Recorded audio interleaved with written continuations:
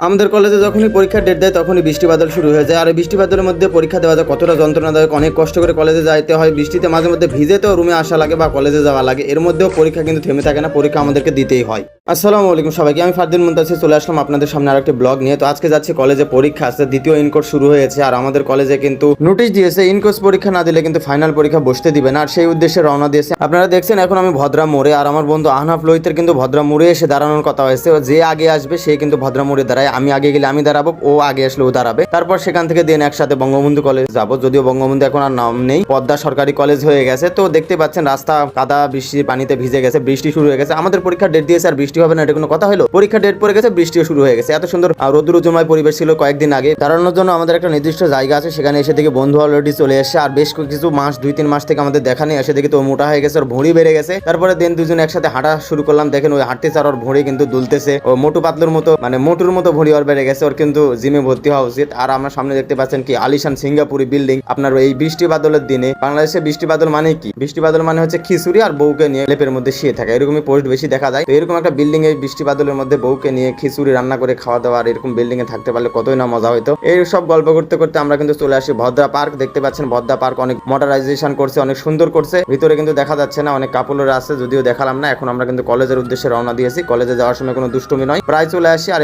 একটু সামনে গেলে কিন্তু আমরা বঙ্গবন্ধু কলেজ, যেটা নাম চেঞ্জ করে পদ্মা সরকারি কলেজ রাখা হয়েছে, সেটার সামনে আমরা চলে আসবো। দেখতে পাচ্ছেন ওই দূরে পদ্মা সরকারি কলেজ লেখা আছে। এটাই আমাদের সেই নতুন কলেজ বা আমাদের অনার্স লেভেলের কলেজ, পদ্মা সরকারি কলেজ রাজশাহী। এই কলেজে আমরা পড়াশোনা করি। ভিতরে না যতটুকু সুন্দর, বাইরে থেকে কিন্তু সেটা বোঝা যায় না। অনেক সুন্দর গাছপালা রয়েছে, বাউন্ডারি সুন্দর।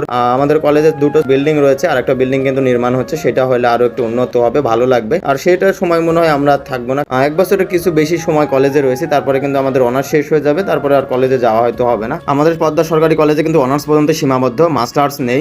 অনার্সের সায়েন্সের সাবজেক্টগুলোও কিন্তু রয়েছে, আপনি চাইলে পড়তে পারেন। আর আমার বন্ধু দেখতে পাচ্ছেন, আমরা কিন্তু 4 তলায় চলে আসি, যেখানে আমাদের আজকে পরীক্ষার সিট বসেছে এই রুমে, 401 নম্বর রুম। দেখতে পাচ্ছেন বন্ধুরা সবাই রয়েছে। আর আমার বন্ধু ইউসুফ বন্ধু কিন্তু পড়াশোনা শুরু করে দিয়েছে, বান্ধবীরাও রয়েছে, তারাও কিন্তু পড়তেছে। আর আমরা কিন্তু ফটো এন্ট্রি করে বেড়াচ্ছি, ভিডিও করতেছি। আর ম্যাম কিন্তু চলে আসে খাতা নিয়ে, কোশ্চেন নিয়ে। আর একটু পরে আমাদেরকে খাতা দিয়ে দিবে, খাতা কিন্তু দিয়ে দিয়েছে, পূরণ করা শুরু করে দিয়েছে। আমার বন্ধু সজল মুন্না, এদিকে লোহিত, এইদিকে ইউসুফ, সারা কিন্তু সবাই পরীক্ষা নিয়ে ব্যস্ত। এদিকে আরো স্টুডেন্টরা রয়েছে। আজকে আমাদের প্রথম পরীক্ষা, ইনকোর্স দ্বিতীয় প্রথম পরীক্ষা। বান্ধবীরাও কিন্তু তারা সবাই লেখালেখির জন্য ব্যস্ত রয়েছে। এখন একটু ব্রেক নিয়ে পরীক্ষাটা দিয়ে তারপরে কথা বলতেছি আপনাদের সাথে, কারণ পরীক্ষায় তো কিছু লিখতে হবে, পরীক্ষাতে পাস করতে হবে, তাছাড়া কিন্তু পরীক্ষায় ফেল করে দেবে, ফাইনাল পরীক্ষা বুঝতে পারবো না।